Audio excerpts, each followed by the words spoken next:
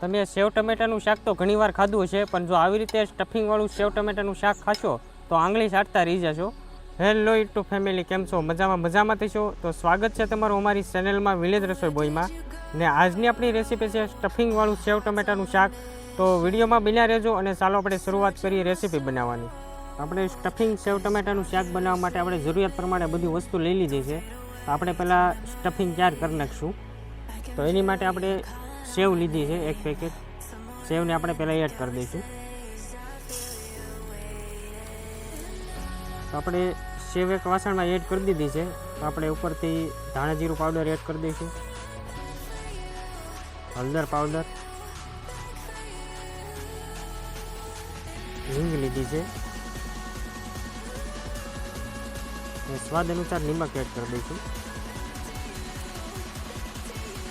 ઉપરથી આપણે કાશ્મીરી લાલ મરચું એડ કરી દઈશું.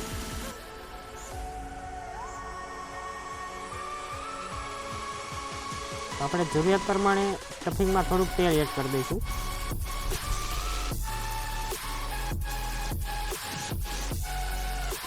આપણે લીલા ધાણા લીધા છે એ આપણે કટિંગ કરી નાખશું.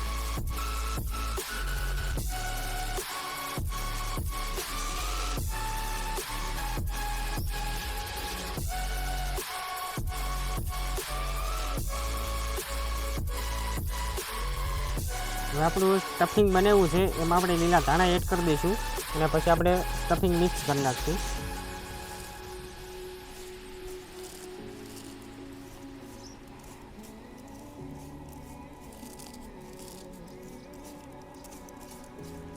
પાંચસો ગ્રામ જેટલા ટમેટા લીધા છે એને આપણે આવી રીતે કટિંગ કરી નાખવાને સોકડીમાં.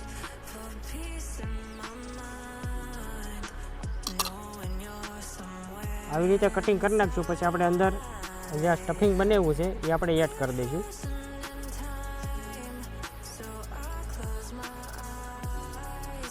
આવી રીતે આપણે બધા ટમેટાને ભરી લઈશું.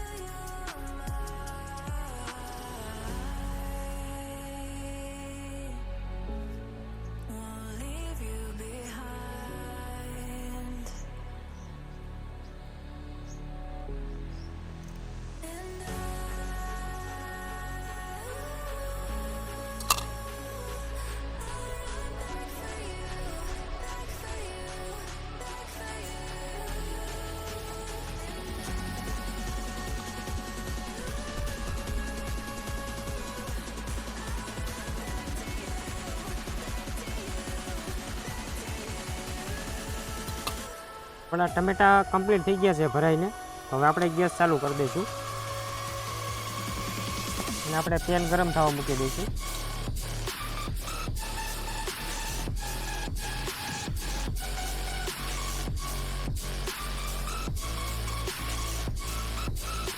તો હવે આપણે જરૂરિયાત પ્રમાણે તેલ એડ કરી દઈશું.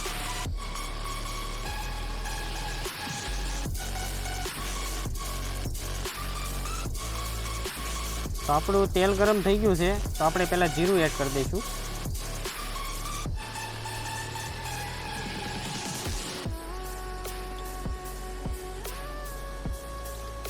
હવે આપણે ટમેટા એડ કરી દઈશું.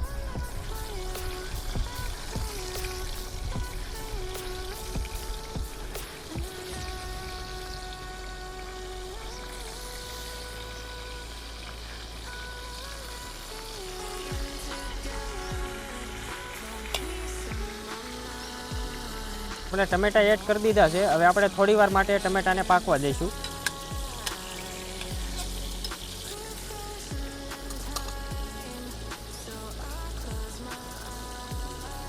તો આપણા ટમેટા અડધા પાકી ગયા છે. તો આપણે હિંગ એડ કરી દઈશું, હળદર પાવડર, ધાણા જીરું પાવડર, કાશ્મીરી લાલ મરચું, સ્વાદ અનુસાર નિમક. નિમક આપણે ઓછું રાખશું કેમ કે આપણે સ્ટફિંગ બનાવવું છે એમાંય પણ આપણે નિમક નાખ્યું છે.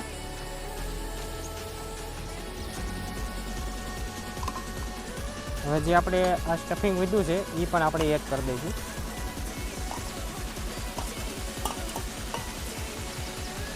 પછી આપણે થોડુંક પાણી એડ કરી દઈશું.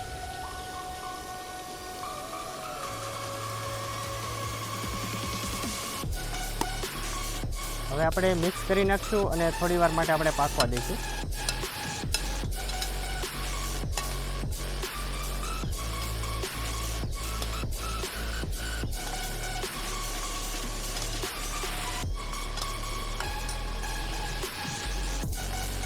તો આપણું સ્ટફિંગ સેવ ટમેટાનું શાક બનીને કમ્પ્લીટ થઈ ગયું છે. તો હવે આપણે ઉપરથી લીલા ધાણા એડ કરી દઈશું.